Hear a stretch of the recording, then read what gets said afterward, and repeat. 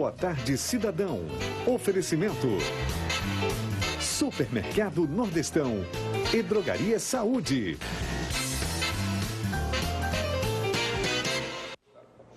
Estamos de volta com Boa Tarde, Cidadão, na Band Natal, chegando em todo o Rio Grande do Norte. E agora vamos conversar com Gustavo Nogueira, secretário de Planejamento do Estado. Bem-vindo ao nosso programa. Olá, uma alegria, um prazer estar novamente aqui dividindo com você essa bancada. E aí eu gostaria de um preâmbulo do secretário, né? Ou seja, de algumas palavras iniciais a respeito da situação que vivencia o Estado do Rio Grande do Norte, não apenas um poder exatamente, que é o poder executivo, que é o governo do Estado, mas de maneira geral, como é que se encontra hoje a situação do Rio Grande do Norte? Bastante delicada ainda do ponto de vista fiscal. Eu já tive a oportunidade de dizer isso aqui, a você, ao seu público. E o que significa dizer que é complicado do ponto de vista fiscal? Explicando isso para o nosso telespectador. Ou seja, as despesas rígidas não cabem dentro das receitas do Estado. Essa é uma realidade que data há 3 anos atrás, né? Em 2014, por exemplo, a governadora Rosalba precisou, né, lei autorizativa para sacar recursos dos fundos unificados da Previdência para pagar salários. Igualmente, o governador Robson adotou a mesma postura. Nós adotamos em 2015 para pagar salários. Então, se nós voltarmos a uma série histórica, nós já vamos observar que esse descompasso entre receita e despesas já existia. Já existia uma bola de neve. Eu me recordo de entrevistas que fiz anteriormente, né? Isso que já vinha de antes de Vilma de Faria, que recebeu também dívidas do governo desde a gestão de Garibaldi, que as contas já não se equilibravam tanto. Ainda teve um suspiro, porque na época vendeu a Coserne. Isso. E aí, posteriormente, eu me recordo de entrevista que eu fiz no rádio com o ex-governador falecido, como falecido também hoje, Vilma de Faria, ex-governadora, onde ele reconhecia da gestão dele que estava passando para Rosalba, ele que já tinha recebido de Vilma, mais de 800 milhões de reais de dívida. Inclusive, na época, se tentou, antecipar receitas de royalties de petróleo da Petrobras e também da própria Coserne, que gerou um tumulto muito grande na época. Verdade, verdade. Você lembrou muito bem. Eu apenas trouxe a história mais recente, mas se nós retroagirmos, nós já vamos ver que essas contas já não fecham, digo melhor. O que existe é uma generosidade exagerada no gasto primário do Rio Grande do Norte, em custeio, investimento e, sobretudo, pessoal, se comparado com os estados de mesma realidade de receita. Esse descompasso tem a raiz e ele explode mais recentemente em função da Previdência. Mas o desafio fiscal é exatamente esse: buscar encaixar despesas dentro das receitas, o que historicamente esse descompasso já expressa essa curva do Rio Grande do Norte. Hoje saiu matéria na Folha de São Paulo, no Estadão, aliás, no Estadão saiu matéria mostrando, inclusive, a dívida dos estados que nos últimos 3 anos, né, o Rio Grande do Norte está entre eles, cresceu bastante. Até com dados interessantes sobre a necessidade de ajuste fiscal também na Prefeitura de Natal, que chegou a dar calote no governo federal, segundo a matéria do jornal Estadão, no Tesouro Federal, chegando próximo de 40 milhões de reais. A dívida do Rio Grande do Norte é a menor dívida do país, né? Nós somos a 27ª dívida dos entes federados, considerando Brasília. Então, nós devemos muito pouco porque honramos nossa dívida na história recente do Rio Grande do Norte. Esse é um problema. Os estados Sul e Sudeste e Alagoas foram beneficiados fortemente pela Lei 156, né, que praticamente deu injeção na veia desses estados, perdoando durante 6 meses transferências de dívida para o governo federal. Nossa dívida é muito pequena. O que explodiu foi a dívida previdenciária. Essa sim, né? O déficit previdenciário foi o que explodiu, inclusive na prefeitura, mas não diferente. O Brasil todo, né, a questão previdenciária tem colaborado fortemente para esse desacerto fiscal. Pois é, e detalhe interessante, que na Prefeitura de Natal as contas também estão desequilibradas, mas só se discute o problema no governo do Estado. Tem algumas coisas interessantes aqui no nosso Rio Grande do Norte. E o próprio prefeito Carlos Eduardo faz críticas ao atual gestor do Estado, mas a situação não é boa da própria Prefeitura de Natal e também é bastante delicada.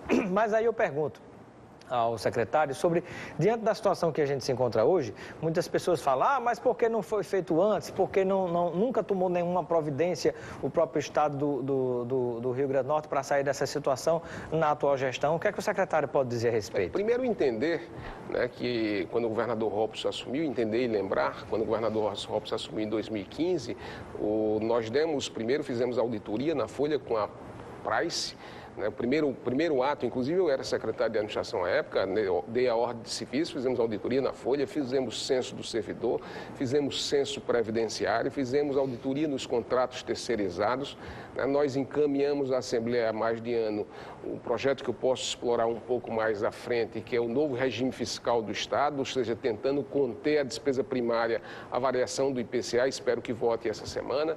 Nós encaminhamos em abril de 2015 a Previdência Complementar, dizendo que os servidores que vierem a ingressar no Rio Grande do Norte, a partir da sanção da lei, se aposentarão no teto do regime geral. Nós encaminhamos à Assembleia aumento de alíquotas de contribuição patronal e servidor, todas os projetos que tinham o caráter estruturante. Isso está na Assembleia, a gente espera que a Assembleia, nesse pacote agora, com as outras medidas, possa votar. E qual a expectativa dessa votação? Aqui e acolá, algumas pessoas, alguns integrantes do Poder Legislativo têm pedido vista de processo, têm tentado protelar, empurrar mais para frente, vem protesto de servidor, protesto de alguns setores atingidos, e aí a gente fica na situação, será que pelo menos vai ser votado? Não estou dizendo nem que vai ser aprovado, ou que vai ser reprovado, ou que nada seja aprovado, mas assim, pelo menos... Será que dá para ter a expectativa de que tudo será votado na Assembleia Legislativa, nem que seja para dizer que não ou que sim? Eu tenho expectativa muito positiva. Nós temos que compreender que a Assembleia é uma casa política, plural, né? Nós devemos respeitar o rito da Assembleia e tenho visto nos deputados muita responsabilidade, todos eles. É bom que se diga isso. Nós tivemos reuniões recentes com o presidente da Assembleia, com todos os poderes, com a bancada estadual, com a bancada federal, com os demais poderes, especificamente no que diz a Assembleia.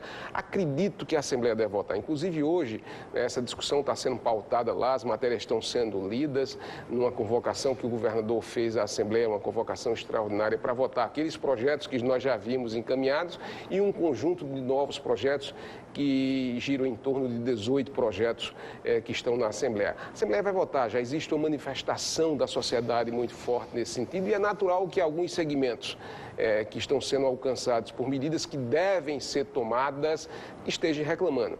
O governo não é para si, o governo é para a sociedade, o governo não é feito para as corporações nem para as elites de servidores públicos. O governo é feito para gerar saúde, educação e segurança. Nós temos em torno de 150 mil servidores. 104 mil servidores na ativa e quantos... Ativos e inativos. Já contando ativos e inativos, em torno de 104 mil servidores, mas nós temos uma população... superior a 3 milhões e meio. Superior a 3 milhões e meio de habitantes, né? Exato. Então, isso tem que ser compreendido. Os servidores são absolutamente importantes. Os serviços públicos devem ser bem servidos, bem oferecidos à população, mas o Estado não é um Estado para si. O Estado é um Estado para a população, para gerar valor público. Isso, então, tem que entender isso e acredito que a Assembleia deverá entender e a sociedade já compreende isso. O Estado do Rio Grande do Norte tem que fazer uma série de ajustes, né, que outros estados já fizeram. Secretário, e uma das coisas que se coloca muito é o seguinte, toda uma frase que é muito repetida nas redes sociais, toda vida a conta termina sempre do lado mais fraco, toda vida se coloca a conta de tudo isso que aconteceu apenas no lado do servidor, ou seja, como que neste pacote encaminhado pelo governo para a Assembleia, para ser votado, apenas o servidor estaria, sobretudo o pequeno servidor, estaria pagando o pato pela situação de rombo que se encontra hoje no estado do Rio Grande do Norte. O que é que o secretário pode dizer em relação a isso? Essa é uma compreensão equivocada, né, de quem pensa dessa forma. Se nós observarmos, a grande conta do Estado é folha. O Estado, para fazer custeio e investimento, o nosso custeio e investimento é menor que 2015, inclusive, o que é muito ruim. O Tesouro deveria estar ampliando seu investimento, ampliando seu custeio para gerar valor público à sociedade, não é isso? E não para pagar apenas os seus insumos. O Estado não é feito para si, o governo não é feito para si. Então, existe um equívoco muito grande. Se a nossa maior conta é a conta salário, tem alguma coisa errada nessa conta salário se comparada com outras realidades próximas. Então, não é só para fechar, não é a sociedade que deve pagar ou aumentar impostos para pagar o Estado. Muito pelo contrário, não cabe discussão no país, nem muito menos no Rio Grande do Norte, né? Ampliação de recursos para pagar salários de servidores. Não existe dinheiro público, o dinheiro é da sociedade. Então, essa leitura tem que ficar muito clara e muito explícita e cristalina. Secretário, uma outra questão é o seguinte, além do cortar na carne, como se diz, da parte do governo, esse pacote de medidas do governo, ele propõe algo em relação aos outros poderes, sobretudo quem tem sobras também, por exemplo, ou apenas será feito corte no lado dos servidores? Não, o pacote tem vários aspectos, tem um conjunto de medidas no campo previdenciário, né?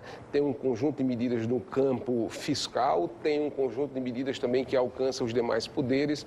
Por exemplo, quando fala-se de Previdência, Previdência não é do Executivo, Previdência é do Estado. Então, se tem déficit da Previdência, esse déficit deve ser rateado com os demais poderes também. Exatamente. Por exemplo, hoje o Estado do Rio Grande do Norte paga pela Previdência, o governo do Estado do Rio Grande do Norte paga pela Previdência do Tribunal de Justiça, paga pela Previdência, o lado patronal também da Assembleia e dos outros poderes, não é assim? Não especificamente assim. Veja Como só, é que funciona isso? A patronal dos inativos dos demais poderes, o Tesouro é quem paga. Hoje, né, o conjunto de servidores dos aposentados dos demais poderes se equilibra. O conjunto está equilibrado, mas numa trajetória de curto prazo ele vai ser desequilibrado, porque na medida que um poder órgão aposenta seu servidor e ele migra para a inatividade, a patronal desse servidor, quem banca é o Tesouro. Então a gente tem que começar... É o governo do Estado. É o governo do Estado. Então a gente tem que começar a ajustar isso numa perspectiva de médio e longo prazo.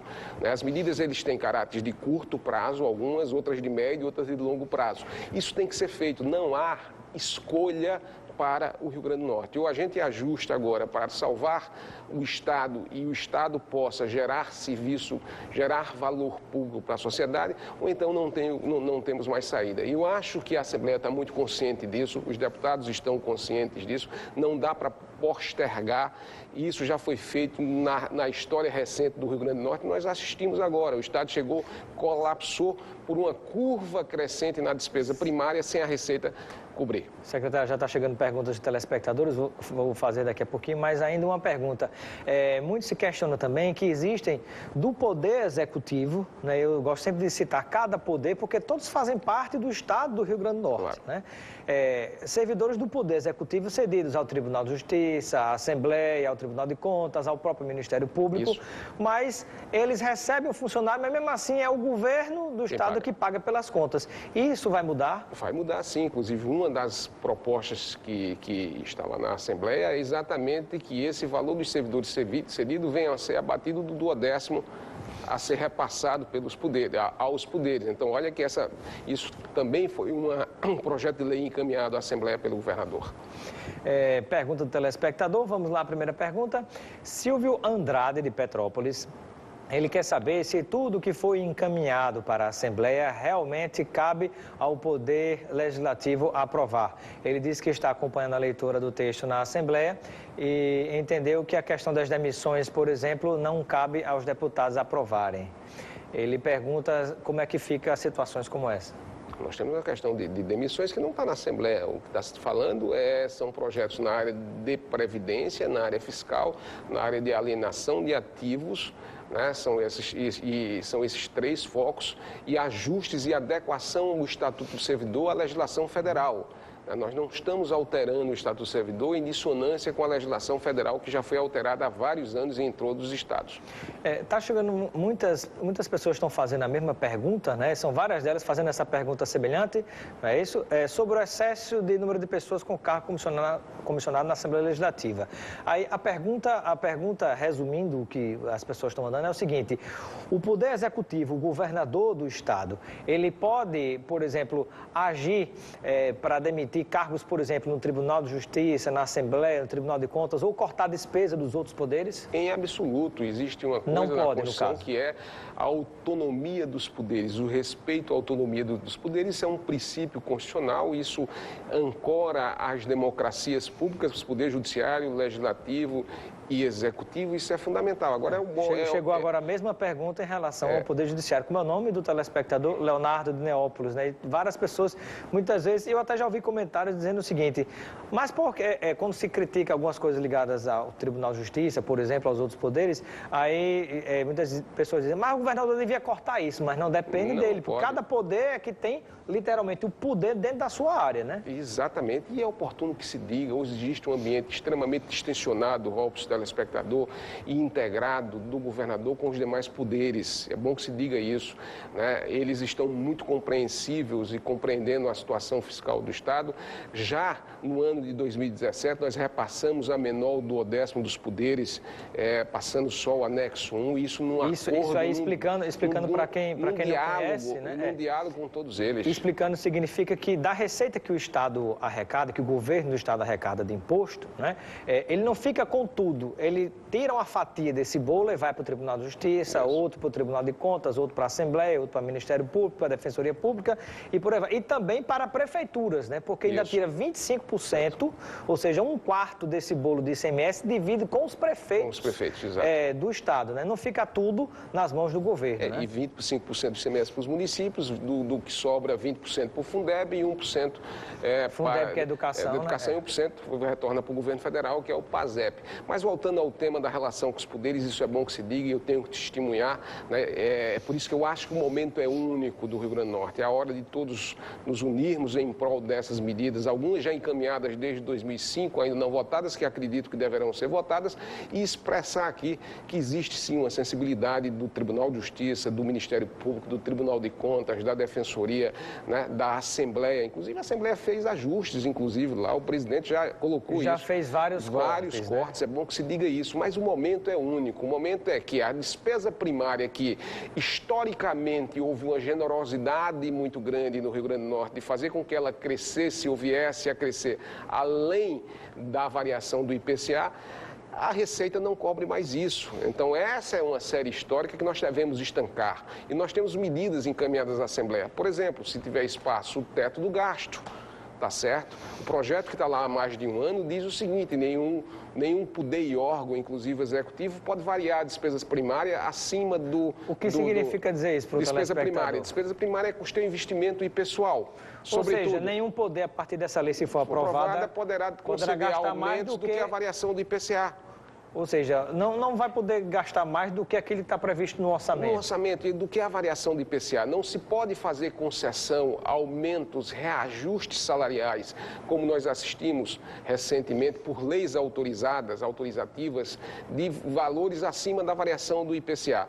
Nós fizemos uma simulação, apresentei nos últimos 3 anos a variação dessas despesas primárias, nos últimos 5 anos a variação dessas despesas primárias por leis autorizadas variava em torno de 8,5%. O PIB nominal, se crescer 6%, se nós travarmos aí em momento de crescimento econômico, nós faríamos uma contenção de despesa na casa de 9 bilhões de reais. Ou seja, o que significa essa lei, desde o tempo de Dinarte, Mariz e Aloysio Alves, né, patriarcas das oligarquias que até hoje dominam o Estado, né, que aliás antes disso ainda tinha Pedro Velho, Albuquerque Maranhão, esse povo todo, mas desde aquele tempo que, por exemplo, terminava o governo, ele nomeava um bocado de gente e o outro assumia a conta. O outro que terminava o mandato do governador nomeava um bocado de gente e passava a conta para o outro pagar. Agora, então, se essa lei que foi caminhada pelo governador foi aprovada, a partir daí não mais será possível. Não é nem essa estabelece o teto do gasto. Né? Essa estabelece que não pode haver variação mais do que o IPCA. A outra que o governador mandou é isso que você está dizendo, ou seja, nenhum governador no último ano de seu mandato pode fazer concessão, reajustes, aumentos salariais que tragam impacto na gestão seguinte. Agora mesmo o governador pegou aumentos de polícia civil, saúde, assessores jurídicos, de leis que foram autorizadas no governo passado, né? Então, nessas medidas que estão na Assembleia, de forma absolutamente responsável, o governador encaminha também um projeto de lei que diz que governadores algum daqui para frente, é uma PEC, inclusive, né? A proposta de emenda constitucional, não poderá fazer concessão de reajustes que caiam no mandato, na gestão seguinte. Nós herdamos um sem número de projetos. Mais pergunta do telespectador sobre Potigás. Pergunta do Eudes de Lagoa Nova. E também Morgana, da cidade satélite, faz a mesma pergunta. Por que a sugestão de vender a Potigás? O Estado tem que fazer saúde, educação e segurança. Isso eu sempre defendi. O Estado tem que atuar nos poucos fundamentais daquilo que a população quer. Ou seja, a população tem que ser suprida com saúde, educação e segurança. Os excessos têm que sair. Potigás é uma belíssima empresa, hoje brilhantemente sendo administrado pelo presidente Beto Santos. É isso que está sendo que coloca. Mas eu acho que é um ativo que o Estado pode avaliar, né? Precificar e repassar ele para a iniciativa privada. Daria tempo de fazer isso ainda nessa gestão? Até porque, a partir da gestão de Robson, a Potigás passou a dar resultado positivo. Então, está na hora do Estado se desfazer de alguns excessos, tá certo? E convergir isso para aquilo que é fundamental, que a sociedade quer, que é saúde, educação e segurança. Temos mais perguntas de telespectadores, né? Nara, de Petrópolis, ela quer saber por que ainda não se fala em nenhuma data para pagamentos. Está dependendo de quê? É da aprovação do pacote? É de repasse do governo federal? Qual é a dependência Nara, não se fala porque, historicamente, esse Estado foi absolutamente generoso na despesa primária. O Estado quebrou... Despesa primária é folha de pagamento. Custeio investimento, mas, sobretudo, folha. Há um crescimento elevado dessa despesa e, sobretudo, o déficit da Previdência, que é a raiz do nosso problema. A receita que o Estado arrecada é insuficiente para cobrir essa despesa. Então, não há outra saída a não conter essa despesa, não permitir expansão de gasto, aquilo que eu digo há mais de 3 anos aqui, e a economia voltar a crescer, que a gente já assiste uma curva diferenciada. Secretário, pergunta da Marília, de Ponta Negra. Pergunta se o governador pode, numa canetada, como se diz no popular, acabar com os salários ou não pagar mais os salários que estão acima do teto, tanto no Poder Executivo, no Governo do Estado, como também nos outros poderes. No Poder Executivo já acabamos com isso. Desde 2015, nós estabelecemos o teto, né, com a auditoria que foi feita pela Deloitte. Ninguém recebe hoje mais do que o teto do 95% do desembargador. Isso foi colocado lá, já corrigido. O secretário Porque, vez ou outra, nas redes sociais se divulga que alguém teria um salário de mais de 40 mil reais. Não procede. Isso. Ele pode até ter o salário, mas tem um teto, o teto rebate e corta e está no teto. Isso está absolutamente corrigido. O governador pode cortar dos outros poderes? Foi a pergunta da Marília. Não, em absoluto, né? Em absoluto. E não creio que os outros poderes tenham também, porque tem um teto estabelecido, mas não posso opinar sobre isso. No Executivo não há ninguém que receba acima do teto. Mais pergunta. Antônio Carlos de Santana, ele quer saber se servidores que estão emprestados a outros poderes geram muito custo ao Poder Executivo, né? Baseado naquilo que eu tinha lhe perguntado antes, né? Algo em torno de 4,5 milhões, esse é o custo. Nós estamos com um projeto por mês. É um projeto... Isso no ano dá 4 vezes 12, quase 50 milhões de reais por ano, Isso, né? E nós estamos com um projeto de lei na Assembleia, inclusive dizendo que esse custo deverá ser deduzido do 12º dos poderes na hora do repasse. O tempo já está chegando ao fim, terminou 1 minuto e meio. Tem algum tópico que a gente não falou aqui, secretário, que você considera importante para que se resolva esse problema do Estado? Fundamental, a raiz do problema do Rio Grande do Norte é o déficit da Previdência. Essa é a raiz. Em 1 minuto e meio eu quero colocar isso para vocês. Pronto, e aí eu lhe pergunto sobre o seguinte, hoje o servidor ele contribui com 11%, a proposta do governo é subir para 14%. Eu pergunto, esses 3% de aumento que subiria, quanto é que ele significa em reais no menor salário, talvez em torno de que recebe não sei quanto para o maior salário, né? Quanto é que representaria isso? Isso representa algo em torno de 6,5 milhões de reais, isso ajuda, dá mais de 60 mais de desconto, quanto é que significa num salário menor 3% de reajuste? Eu teria que pegar salário a salário para ver isso, mas não só aumenta a alíquota do servidor, aumenta a alíquota patronal também, de 22 para 28. Quase todos os estados já fizeram isso, o Rio Grande do Norte tem o costume de fazer ajustes. E por que esse aumento? Esse aumento para poder cobrir melhor, não cobre o déficit da Previdência, para minimizar o déficit da Previdência. O déficit da Previdência cresceu nos últimos 3 anos 160%, ou seja, 11% do servidor mais 22% patronal não cobre a folha dos inativos e pensionistas. Não é isso? E aí o Tesouro põe por mês, em média, hoje, 120 milhões de reais para cobrir o déficit da Previdência, que está faltando saúde, educação e segurança. Então, a raiz do problema é a Previdência. Ou nós corrigimos a Previdência, isso do ponto de vista de Brasil, e fazemos também o que tem que ser feito, que está na Assembleia. Isso, então, não temos como sair. Rapidinho, que o tempo já está estourando. A gente tem que ter quantos funcionários na ativa trabalhando para sustentar e pagar a regra Previdência? É 4 servidores ativos para um servidor inativo. Nós temos 1,05. Nós temos 51 mil servidores aposentados e pensionistas, apenas 8.778 contribuem.